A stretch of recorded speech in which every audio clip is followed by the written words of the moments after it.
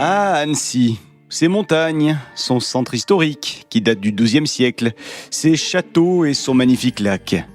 Il fait bon y vivre à Annecy, c'est indéniable. Mais saviez-vous qu'une rumeur court autour de son célèbre lac ? Ouais, apparemment, si vous vous rendez du côté du roc de Cher en bateau et que vous tendez l'oreille, vous pourriez bien entendre une femme pleurer. Étrange, n'est-ce pas ? La Fabrique Audio présente La Petite Histoire. www.lafabriqueaudio.com. Salut tout le monde et bienvenue dans ce nouvel épisode de La Petite Histoire du Paranormal. Je suis Florent Mounier et c'est moi qui vais vous narrer cet épisode qui a été écrit et mixé depuis Annecy justement par Sébastien Girard. Avant de commencer, encore merci pour vos nombreux commentaires sur le double épisode sur Marie Marvin. On est ravis de voir que cet épisode vous a sincèrement plu. N'hésitez pas à vous abonner pour être notifié de chaque sortie d'épisode. Et puis on est sur tous les réseaux sociaux, Instagram, Facebook. Donc n'hésitez pas là aussi à aller vous abonner à nos comptes. Allez, sans plus attendre, direction la capitale de la Haute-Savoie, Annecy. Vous êtes maintenant ici, et quoi qu'il arrive, vous ne pouvez plus reculer. Alors comme je vous l'ai dit, le lac d'Annecy serait donc hanté. Ouais, c'est ce qu'on raconte. Hanté par le fantôme d'une femme. Une femme terriblement triste. Une certaine Bernoline. Cette histoire se passe il y a bien longtemps, sur les hauteurs d'Angon. C'est là-bas que vivait une jeune châtelaine, Bernoline. La jeune femme vit seule. Elle est donc dans un grand château. En fait, Bernoline est orpheline. Orpheline depuis la mort de ses deux parents. Et elle a hérité du château familial. Mais pas que. Elle est aussi assise sur une immense fortune. Laissez-moi vous décrire Bernoline. Bernoline est belle, très belle. On parle même d'une beauté irrésistible. Mais Bernoline est aussi connue pour son cœur de pierre. Et je peux vous dire qu'un paquet d'hommes, plus ou moins beaux et plus ou moins riches, a tenté de la séduire, Bernoline. Mais personne n'a réussi. Non, personne. Bernoline vit donc seule, et elle est entourée tout de même de ses gardes et de ses servantes. Un soir d'hiver, un hiver froid et rude, comme on peut les attendre dans ce coin-là, une des servantes de Bernoline fait introduire discrètement un chevalier dans le château. Non pas pour tuer la châtelaine, rassurez-vous, mais au contraire pour la séduire. Elle se dit que ça serait mieux pour sa patronne d'être avec quelqu'un. Et le coup de foudre opère immédiatement. Et heureux hasard du destin, une tempête hivernale contraint le chevalier à passer toute une semaine au château. Un véritable confinement. Et les deux amoureux vont passer des instants inoubliables. Ils sont passionnés. Ils ne veulent plus se lâcher. Ouais, mais une fois la tempête terminée, il est temps pour notre homme d'épée de repartir en croisade. Alors arrivent les au revoir. J'ai pas dit adieu, j'ai dit au revoir. Et je peux vous dire que ces au revoir, ils sont déchirants pour Bernoline, même si elle sait qu'un jour, elle va retrouver son preux chevalier. Lui jure de revenir l'année prochaine, dès son retour de croisade, pour lui raconter tout son périple et pour passer le prochain hiver avec elle. Et c'est ainsi que les saisons commencent à défiler lentement, très lentement. Le printemps passe, puis l'été, et ensuite l'automne. Ah, ce que le temps est long pour Bernoline. Mais l'hiver arrive enfin, et son chevalier avec. Les deux amoureux se retrouvent donc, comme promis, après 1 an de séparation. Et rien n'a changé. Ils s'aiment toujours autant, c'est-à-dire à la folie. Ils s'aiment tellement qu'ils décident de se marier.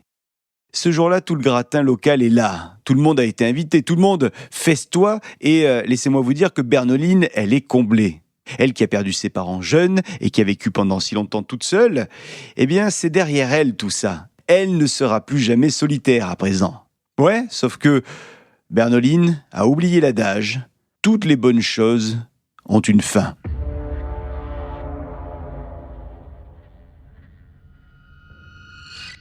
Un soir, nos jeunes mariés sont en train de se balader. Et soudain, en regardant le ciel, les deux semblent apercevoir une grosse étoile. Une étoile filante. Ouais, c'est ça. L'étoile vient de passer derrière les montagnes. Et tous les deux l'ont vue. Qu'est-ce que c'était beau. Et peut-être que cette étoile filante porterait bonheur à qui la récupérerait. Alors ni une ni deux, le chevalier monte à cheval pour aller chercher l'étoile. Il va partir 100 jours au total. 3 mois à cheval. Et il va finir par rencontrer un vieux sage qui lui dit que non, Finalement, c'était pas une étoile filante, mais une étoile des neiges, une fleur rare de montagne. Bon, le chevalier est déçu, mais il rebrousse donc chemin. Je vous cache pas que notre chevalier, il est un peu morose sur le chemin du retour. Faut se mettre à sa place, hein. Ça fait 3 mois qu'il cherche un truc et finalement on lui dit que ce truc-là, il n'existe pas vraiment. Bon, sur la route du retour, le chevalier va croiser un étrange animal. Et c'est en l'observant de plus près que le chevalier se rend compte que l'animal a quelque chose de spécial, quelque chose de bizarre. C'est entre ses 2 yeux. Ah, c'est bien ça, hein. Il semble avoir un diamant entre les yeux. Alors, pour ne pas rentrer bredouille, le chevalier part à la poursuite de l'animal. Et surtout, vous l'aurez compris, il part à la poursuite du diamant. Malheureusement, notre homme va tomber dans un trou profond. Et il va y rester bloqué. Au bout de quelques jours, c'est le diable en personne qui apparaît, sous les traits d'un pêcheur. Il apparaît pour le sauver, ou en tout cas pour lui proposer un marché. Un pacte contre son âme. Ouais. Le diable promet au chevalier de le faire sortir du trou à la seule condition, je cite, « Que tu m'abandonnes ton âme dans 10 ans, jour pour jour, et si tu refuses, ta chère Bernoline périra. » Alors l'homme se sent obligé d'accepter, faut dire qu'il n'a pas d'autre choix, et le marché est ainsi conclu. Le chevalier ne révèle rien de ce pacte maléfique à sa douce qu'il retrouve. 10 ans passent, 10 ans de bonheur, et le chevalier le sait, il est temps pour lui de quitter le château à la rencontre du diable avec lequel il a fait ce maudit pacte. Bernoline, inquiète de ne pas voir son mari revenir, part à sa recherche. Mais, au détour d'un virage, Bernoline se retrouve nez à nez avec Satan. Satan qui lui propose un petit jeu. « Retrouve ton époux parmi les jeunes gens que tu croiseras, et je te le rendrai. » Alors la châtelaine se met à marcher, sans relâche, des années durant, pour essayer de reconnaître son mari disparu. Elle met toute sa force, toute son énergie, pour tenter de reconnaître le chevalier volatilisé. Le temps passe, et Bernoline voit de nombreuses personnes, des jeunes, des moins jeunes, des beaux, des moins beaux, mais rien n'y fait. Personne ne semble correspondre à celui qui est son âme sœur. C'est donc Satan qui a gagné et qui revient fanfaronnant vers Bernoline. Il vient lui révéler qu'en fait, son mari lui a été présenté plusieurs fois, plus d'une dizaine de fois au total. Alors bien sûr, chaque fois c'était sous des apparences différentes, mais elle ne s'en est jamais rendue compte. Le connaissait-elle vraiment ? Bernoline est alors désespérée, et elle sombre dans une déprime abyssale, et son château tombe en ruine. Bernoline est à nouveau seule, et cette fois, elle est pour ainsi dire sans abri. Alors, fatiguée et surtout désespérée, Bernoline décide de mettre fin à ses jours, et elle se jette dans les eaux glacées du lac d'Annecy depuis le roc de Cher. Et c'est donc pour ça qu'on pourrait entendre, aujourd'hui encore, des pleurs dans ce coin-là du lac. Ces pleurs, c'est Bernoline qui les aimait. Elle pleure son mari, et elle continue d'attendre son retour. Voilà les amis pour cette petite histoire autour de Bernoline, autour du chevalier et autour du lac d'Annecy.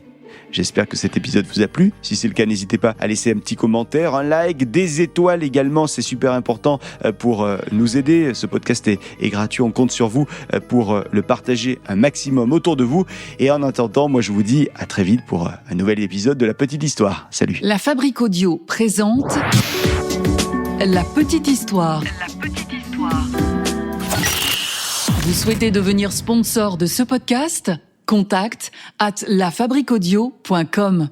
Avant de se quitter, je vous rappelle que La Petite Histoire est un podcast de La Fabrique Audio. La Fabrique Audio réalise des podcasts de marque et d'entreprise. Donc, si vous cherchez pour vous, pour votre entreprise, pour votre marque, un studio pour faire des podcasts, n'hésitez plus. Envoyez-nous un mail, contact@lafabriqueaudio.com, la fabrique avec un K.